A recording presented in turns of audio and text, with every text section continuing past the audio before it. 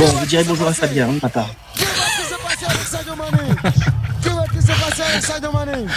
Et ça va repartir avec Sadio Mané. S'il marque, c'est terminé. S'il marque, c'est terminé. Si Sadio Mané marque, c'est terminé. Si Sadio Mané marque, c'est terminé. Si Sadio Mané marque, c'est terminé. Si Sadio Mané marque, c'est terminé.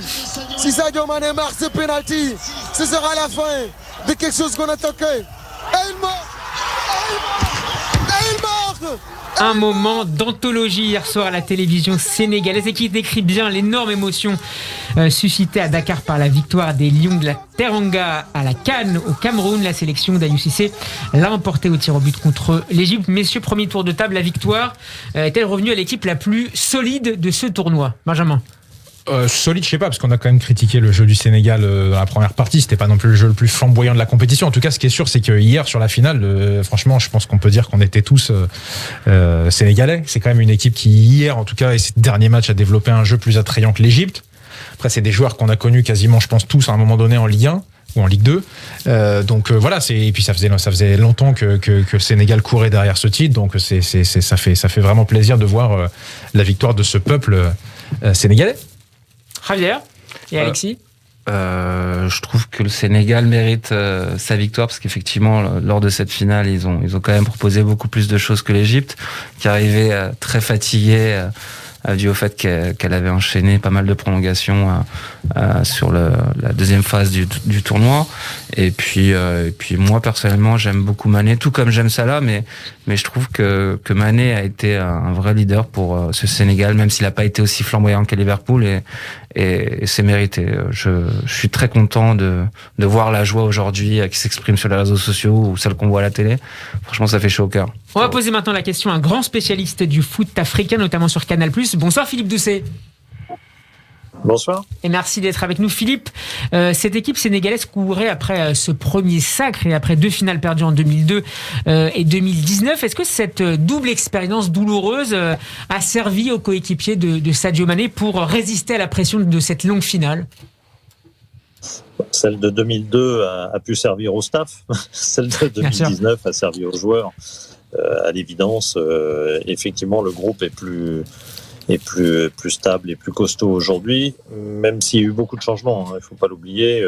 En fait, il y a 18 joueurs qui ont changé sur les 28. Il y avait 18 nouveaux quand même dans cette équipe. Donc, ça veut dire qu'avec quelques binationaux, Aliou Cissé avait encore renforcé l'équipe. Et que, par contre, la base solide qu'on connaît depuis longtemps, que ce soit Mendy, même si Mendy n'avait pas été beaucoup là en 2019, mais Mendy, Koulibaly, Gueye, Mané, c'est quand même cette base-là qui a mené à la victoire. Quels sont les grands hommes de cette compétition côté sénégalais? Mané, à l'évidence, ressort. Je pense qu'Aliou Cissé, d'ailleurs, a, dans son management, un peu changé et a fait beaucoup de bien en mettant beaucoup plus en avant Sadio Mané. Jusqu'ici, il avait un management et une communication un peu qui mettait un peu tout le monde sur le même plan. Je crois qu'il a... Mané, on avait souffert. Oui, leur relation n'était pas toujours idyllique et je pense qu'il y avait besoin cette fois-ci que Mané soit très mis en avant parce que ça a été l'homme fondamental. Même si sur la fin, Ismaïla Assar, l'arrivée d'Ismaïla Assar a fait du bien, Diédhiou a fini par marquer, Bemba Dieng a également fait des bonnes choses. Malgré tout, celui qui a été le danger du Sénégal du premier match au dernier match, ça a été Sadio Mané, ça a été le déclencheur, le détonateur de toutes les actions importantes du Sénégal. Et il fallait que Mané soit mis en avant. Ça a été vraiment le cas sur cette CAN. Et on va écouter le meilleur buteur, le meilleur joueur de cette CAN, Sadio Mané, juste après le match. Qu'est-ce que tu as ressenti au moment de tirer ce dernier penalty? Ça s'appelle tout à l'heure. Avant d'aller tirer le penalty, j'ai demandé à tous mes coéquipiers de me mettre béni.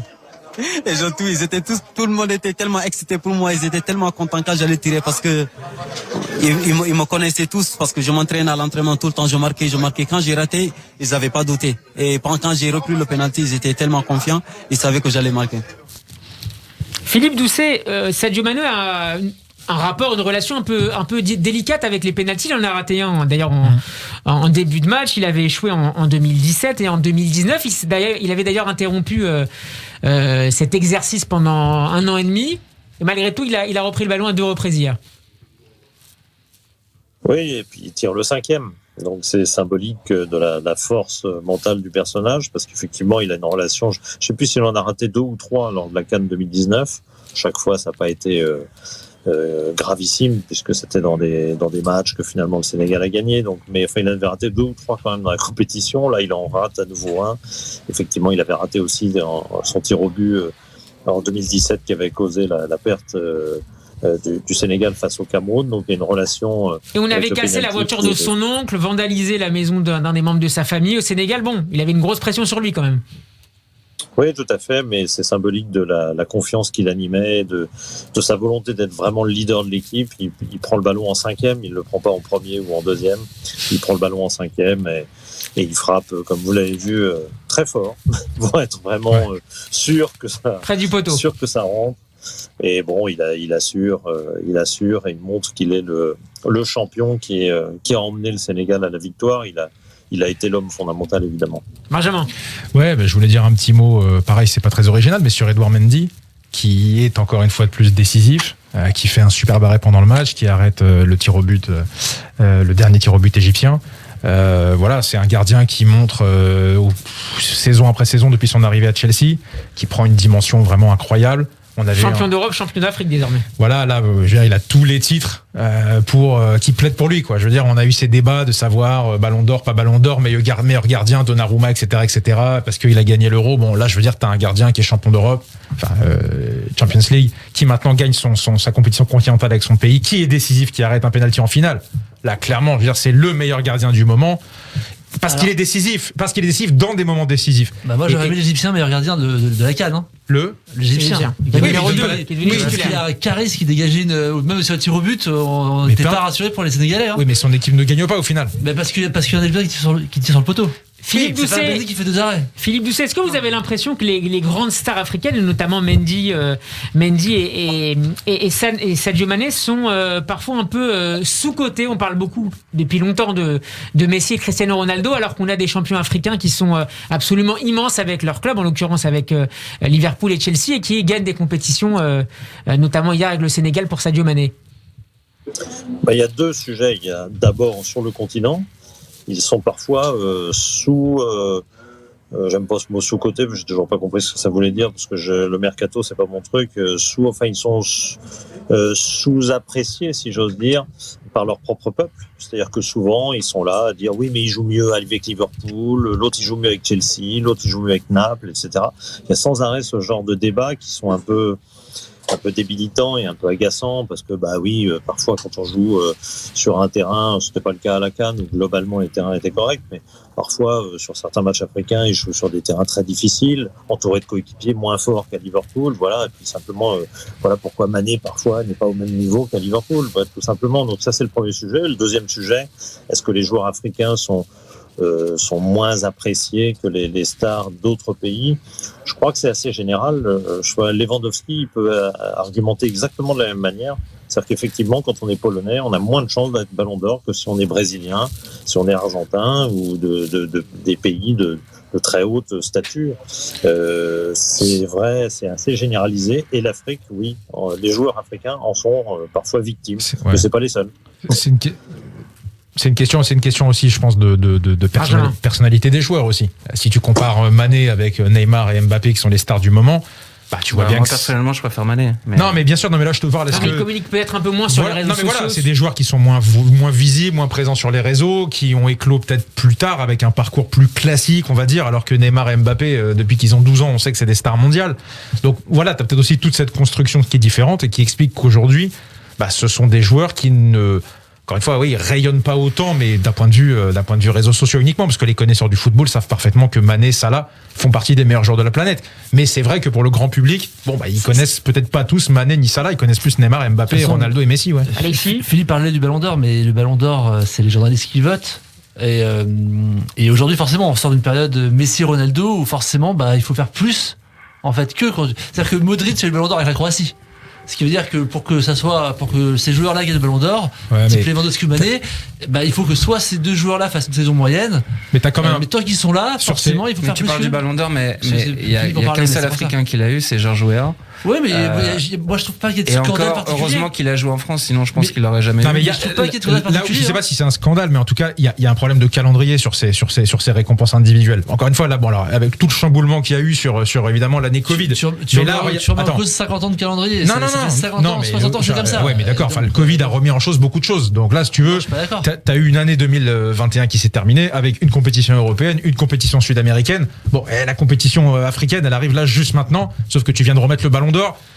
En Et décembre. c'est pareil pour le joueur FIFA de l'année. Hein. Voilà, non mais Et ça veut dire. Liverpool, Attends, là, c'est laisse-moi le finir, capitaine laisse-moi qui finir. vote. Ça veut dire qu'à la fin de l'année prochaine, est-ce que tu vas te souvenir que Mané et Mendy ont fait ci et ça pendant la Coupe d'Afrique des Nations? Voilà. Non, mais Voilà. c'est comme Donc partout. tu vas devoir prendre en considération ce qui s'est passé dans le championnat anglais et la Ligue des Champions. Mais c'est déjà le cas. Donc ça veut bien dire que tu as, quoi qu'il arrive, une prééminence de certaines compétitions Évidemment, continentales. mais ça c'est logique. On va remercier Non, c'est pas le Philippe vice, Doucet qui doit nous quitter. Merci beaucoup Philippe d'avoir été avec nous. Et je renvoie nos auditeurs à la lecture de votre dernier livre, La Palette. À Doudou, à bientôt Philippe. On le salue. On le salue. Enfin, il est déjà parti. Javier, sur justement cette. Peut-être Philippe Doucet n'aimait pas le terme, mais le fait que ces joueurs soient sous-cotés, sous-valorisés, sous-appréciés. On a pris le cas tout à l'heure de Sadio Mané. On pourrait parler aussi de Edouard Mendy, sur lequel il y avait un débat pour le choix du meilleur gardien selon les critères du Ballon d'Or de France Ball. Est-ce que tu penses que le sacre d'hier du Sénégal va permettre à Edouard Mendy d'avoir un aura, disons, encore plus large que celui qu'il avait Non. Non, ça change rien. Non, très sincèrement non, parce que la FIFA est ethnocentrée. Il considère que l'UEFA, enfin que la zone Europe est la plus importante. S'il pensait que c'était. C'est les résultats qui le disent ça quand même. Quand tu vois, on va voir la Coupe du Monde des clubs là qui va démarrer là, cette semaine. Déjà hier, pardon, excuse-moi, mais hier, il y a une image forte, c'est qu'il y a Infantino, qui est le président de la FIFA, ça, c'est un sujet qui politique, se pointe en tribune et qui fait de l'ingérence. Alors qu'il avait demandé à ce que la CAN soit reportée en plus. Exactement, alors qu'il avait demandé. Mais il voulait sa photo, il voulait être avec Sadio Mané, avec les vainqueurs. Moi, je trouve que la FIFA se fout de la gueule du monde et se fout de la gueule du foot africain. On a vu, cette compétition n'a pas été organisée telle qu'elle aurait dû. Il y a franchement des choses qui étaient de l'ordre de l'amateurisme. Et c'est cet amateurisme, en fait. C'est pas la FIFA qui organise la CAF. Je sais, mais c'est Infantino qui a la main sur la CAF. Donc, à un moment donné, il faut savoir ce qu'on veut. Et je trouve que Mané, malheureusement, et Salah, toutes les grandes stars, tous les grands joueurs africains sont les victimes collatérales de ces mauvaises petites organisations, de ces trucs où c'est marrant. Mais en fait, c'est pas marrant, c'est pas sérieux. Alors, je suis totalement avec toi sur la désorganisation de la CAN, ce qui moi me chagrine constamment. Mais moi, je suis pas un fan d'Infantino non plus. Mais on peut pas dire que ça vient de lui, de la FIFA. C'est-à-dire que depuis toujours, les CAN, il y a des sujets qui sont invraisemblables. Là, on n'en a pas parlé, mais dans le bilan de la CAN, ce qui s'est passé avec les Comores et le changement de règles sur le test Covid, c'est d'un ridicule. Mais l'arbitre qui siffle à la fin, à la 89e, l'autre qui vient en conférence de presse, qui reprend les micros parce qu'il n'a pas été payé. Voilà. Enfin, tous les jours, il y avait des choses. On peut pas mettre ça sur Infantino, même si je suis pas un fan. Infantino sur l'Afrique, moi, encore une fois, je ne défends pas Infantino, mais c'est lui qui se bat aujourd'hui. Infantino, c'est celui qui a placé le président actuel de la CAF. Donc à un moment donné, il faut aussi. S'il est juste là pour apparaître avec le vainqueur. C'est lui qui se bat pour que la Coupe du Monde soit à 48 pays et que l'Afrique ait plus de possibilités. Moi, j'en veux pas de.